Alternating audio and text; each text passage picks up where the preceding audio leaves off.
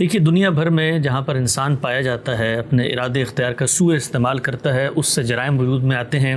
Society کے اندر یہ جرائم پیشہ لوگ ہمیشہ سے رہے ہیں، لیکن جرم کو جرم سمجھا جاتا رہا ہے۔ جرم کبھی کبھی ہوتا تھا، اس کی ایک حساسیت، اس سے ایک نفرت، اس کی وجہ سے معاشرے میں پیدا ہونے والی خرابی، اس سب پر انسان متوجہ بھی ہوتے تھے۔ لیکن ہمارے ملک میں جو صورتحال ہے وہ یہ نہیں ہے، وہ اس سے بہت مختلف ہے۔ اس میں سب سے پہلی چیز تو یہ ہے کہ جو کچھ معاشرے میں ہو رہا ہے اس کو دین کا نام دیا جا رہا ہے۔ دوسرا یہ ہے کہ وہ ایک دو دفعہ نہیں ہوا، وہ لگاتار متواتر ہوتا چلا جا رہا ہے۔ اور تیسری چیز یہ ہے کہ اس میں بہتری کا کوئی راہ عمل، کوئی سد باب کا طریقہ، اس پر بھی گفتگو نہیں ہو رہی۔ تو ابتدا میں تو یہ ہوتا تھا، سیالکوٹ کا سانحہ ہوا، گجرانوالہ کے اندر معاملہ ہوا، جڑانوالہ کے اندر معاملہ ہوا، لاہور میں ہوا، مسیحی برادری کے ساتھ توبہ ٹیک سنگھ میں، ہر جگہ پہ ہم سنتے تھے، دل خون کے آنسو ہوتا تھا، سر شرم سے جھک جاتا تھا۔ کانفرنسیں ہوتی تھی، ملک کی انتظامیہ بیٹھتی تھی، کہتی تھی کہ اب ہم آئینی ہاتھوں سے ان سب کو نپٹیں گے۔ میرا خیال یہ ہے کہ اب وقت بہت گزر چکا، اب وقت ہے کہ ہم ٹھنڈے دل و دماغ سے اور کشادہ دلی کے ساتھ بیٹھیں اور اس مسئلے کے سد باب پر غور کریں۔ اب محض مذمت سے، محض یہ کہنے سے کہ جی قانون کو ہاتھ میں نہیں لینا چاہیے، محض یہ کہنے سے کہ لوگوں سے کہیں غلطی ہو گئی، انتظامیہ اس کو ڈی سی کی سربراہی میں کمیٹی بنا دی گئی ہے، مجرمین کو کیفے، یہ معاملہ اتنا سادہ نہیں ہے۔ جس وقت آپ کو کسی مرض کے مظاہر اس قدر واضح نظر آنے شروع ہو جائیں تو اس کا مطلب ہے کہ کوئی بہت گہری چیز ہے جس کا تجزیہ ہونا چاہیے۔ تو میں بہت ہی مختصر وقت میں آپ کو بتاتا ہوں کہ 4 فریق ہیں اس پورے کے پورے سینیریو میں، 4 لوگ ہیں، 4 طبقات ہیں جن کو اپنا رول پلے کرنا ہے۔ سب سے پہلے ہمارے ملک کے مذہبی علماء ہیں۔ میں کسی عالم پر کسی واقعے کا نام لے کر کوئی الزام تراشی، کسی طبقے کو متون ٹھہرانا، اس بحث میں جانا نہیں چاہتا۔ میں صرف یہ عرض کرنا چاہتا ہوں کہ یہ وقت ہے کہ قومی سطح پر ہم متحد ہوں اور تمام طبقات آ کر سر جوڑ کر بیٹھیں، پوائنٹ سکورنگ کے بجائے، اس کے بجائے کہ کوئی آواز مغرب سے اٹھ رہی ہے، مشرق سے اٹھ رہی ہے، کہنے والا کیا کہہ رہا ہے، غور کریں کہ یہ ہمارا ملک ہے، اس کے اندر ہم نے جینا ہے اور یہاں پر کچھ تو خون کا بازار گرم ہوا ہے، جو کچھ درندگی اور صفحات یہاں پہ نظر آ رہی ہے۔ تو علماء کا سب سے پہلا رول ہے۔ کیوں ہے علماء کا رول؟ اس لیے کہ علماء نے اس طرح کے کام کے لیے ملک میں قانون سازی کروائی ہے، اور اس قانون سازی کا ایک نفسیاتی اثر ہے جو ایک عام آدمی لیتا ہے۔ اس قانون سازی کے اندر 4 بنیادی تبدیلیوں کی ناگزیر ضرورت ہے، اور یہ میں نہیں کہہ رہا، یہ ہمارے ملک کے جید علماء کرام اپنی نج کی مجالس میں کہتے ہیں۔ مفتی تقی عثمانی صاحب کی وہ گفتگو سنیے جو انہوں نے اپنی کلاس کے طلبہ کے ساتھ کی ہے۔ انہوں نے اس میں بتایا ہے کہ یہ جو قانون اس وقت پاکستان میں رائج ہے یہ فقہ حنفی کے بھی خلاف ہے، اس لیے کہ فقہ حنفی میں یہ تقسیم کی جاتی ہے کہ مسلمان کے ساتھ کیا معاملہ ہوگا توہین کے الزام کے بعد، اور غیر مسلم کے ساتھ کیا ہوگا۔ اسی طریقے سے جس پر الزام لگا ہے، الزام کا ثبوت، الزام کو ثابت ہونا، اس کے کچھ قاعدے کلیے ضابطے مقرر کر دیے گئے ہیں۔ اس قانون میں اس کا بھی کہیں صراحت ذکر نہیں ہے۔ اسی طریقے سے توبہ ہونی ہے، لوگوں نے رجوع کرنا ہے، لوگوں کا کنڈکٹ دیکھا جائے گا کہ پہلے وہ توبہ، توہین و گستاخی کیا کرتے تھے، یا کوئی غلطی سے جملہ ایسا نکل گیا جس کے بعد آپ نے اس کے سر پہ چڑھ کے آگ لگانے کی کوشش شروع کر دی۔ تو اس قانون کو اس زاویے سے دیکھنا ہے۔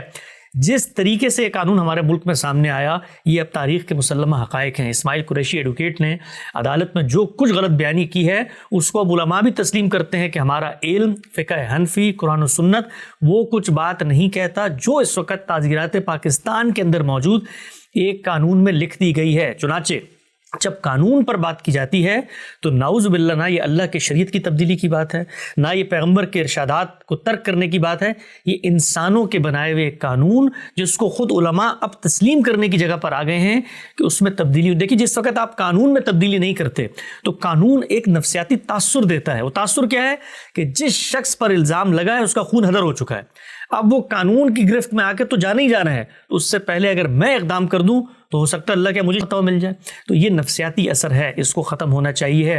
علماء کرام آگے بڑھیں اور بیٹھیں، اس سے قطع نظر کہ مغرب کیا کہتا ہے، مشرق کیا کہتا ہے، خود اللہ کے دین کا یہ تقاضا ہے کہ ہم اللہ کے دین کے نام پر کوئی غلط کام نہ کریں۔ دین نے بتا دیا ہے کہ انسان کی جان کو حرمت حاصل ہے، فساد فی الارض یا قتل کا ارتکاب کر دیتے ہیں، اس کے علاوہ کسی انسان کی جان نہیں لی جا سکتی۔ یہ قرآن کے طے شدہ امور ہیں۔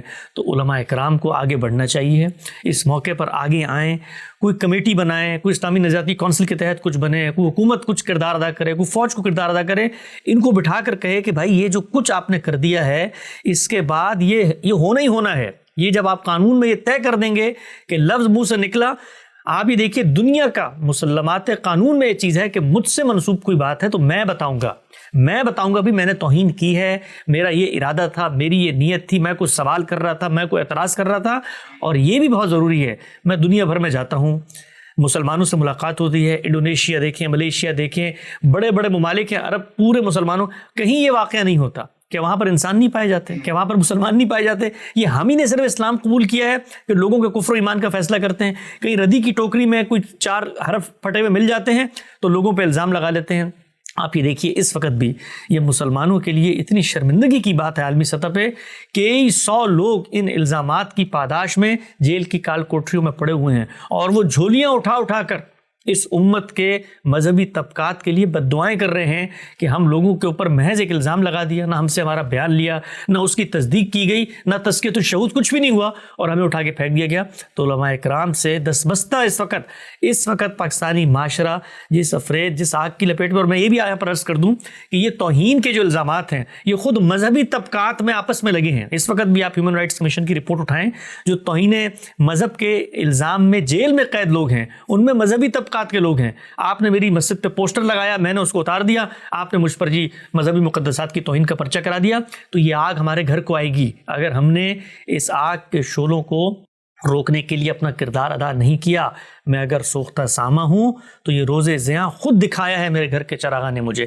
پہلے فریق ہے ہمارے علماء, دوسری فریق ہے اسٹیٹ, ریاست کی طاقت سے اگر آپ نے قانون کی حکمرانی اور لوگوں کے جان مال آبرو کے تحفظ کے لیے اقدامات نہیں کیے تو ریاست کے وجود کی یہ ناگزیر ضرورت ہے. میں جنگل میں بھی جی سکتا تھا, میں کسی قلعے کے اندر اپنے آپ کو بند کر کے زندگی گزار سکتا تھا. اگر میں ایک متمدن معاشرے میں, ایک نظم اجتماعی میں, ایک حکومت اور ریاست کے اندر آ کر ایک جگہ پر بیٹھ گیا ہوں تو اس کا کام ہے کہ مجھے تحفظ دے. اگر ریاست ناکام ہوتی ہے کسی کی جان مال آبرو کے تحفظ میں تو پھر وہ ریاست اپنے وجود اور اپنی بقا کو خطرے میں ڈال رہی ہے. تو ہماری ریاست یہ واقعہ ہے اور یہ سچی حقیقت ہے, کسی پر کوئی الزام نہیں ہے, لیکن ان مذہبی طبقات سے گفتگو کرتے وقت, ان کو قائل کرتے وقت, ان کو آمادہ کرتے وقت اور مذہبی جرائم پر اقدامات کرتے وقت ڈرتی ہے, خوف کھاتی ہے. ریاست کیا ہے, 4 سال کی حکومتیں آئی ہیں, انہوں نے ریاست کی مشینری کو اپنا غلام بنایا ہوتا ہے, پولیس ان کے تحت ہوتی ہے, کوئی آزادی سے کام نہیں ہوتا, ووٹ لینے واپس الیکشن کے لیے آپ کو حلقوں میں جانا ہوتا ہے.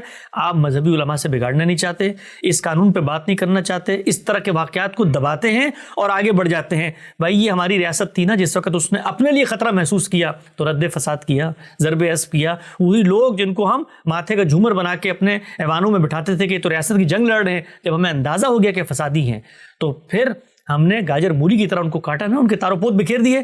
تو یہ فرض ہے ریاست کا. ریاست کی طاقت اتنی زیادہ ہوتی ہے کہ اس کے آگے یہ طبقات ٹک نہیں سکتے.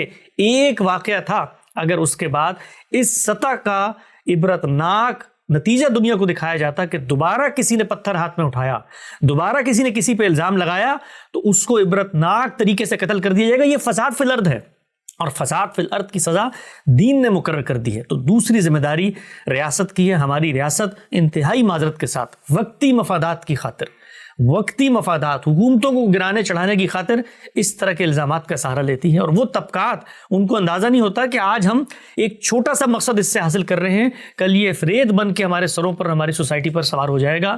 ہم لوگ فیض آباد کے دھرنے کے لوگوں کو واپس بھیجنے کے لیے لفافے دیتے ہیں کہ جاؤ, وہ مجرمین تھے, انہوں نے کیسے کسی پہ الزام لگا دیا توہین کا, کیسے یہ ریاست کو یرغمال بنا دیا. قانون سازی ہونی ہے تو پارلیمنٹ میں ہونی ہے, اس کا ایک طریقہ ہے. یہ نہیں ہو سکتا کہ آپ پریشر گروپس بنا کر اور جتھے بنا کر لوگوں کے اوپر حملہ آور ہو جائیں. تو اسٹیٹ ناکام ہوئی ہے. اس وقت بھی اسٹیٹ کے پاس اتنی طاقت نہیں ہے کہ وہ کم سے کم لوگوں کو یہ کہہ سکے کہ بھائی یہ جو کام آپ کر رہے ہو یہ غلط ہے. روکنا تو دور کی بات ہے, کہنے کی طاقت نہیں ہے. اسٹیٹ ایسے موقف کو پیش نہیں کرنا چاہتی, آپ سرکاری ٹیلی ویژن پہ بات بھی نہیں کر سکتے. تو دوسرا طبقہ ہماری اسٹیٹ کا ہے.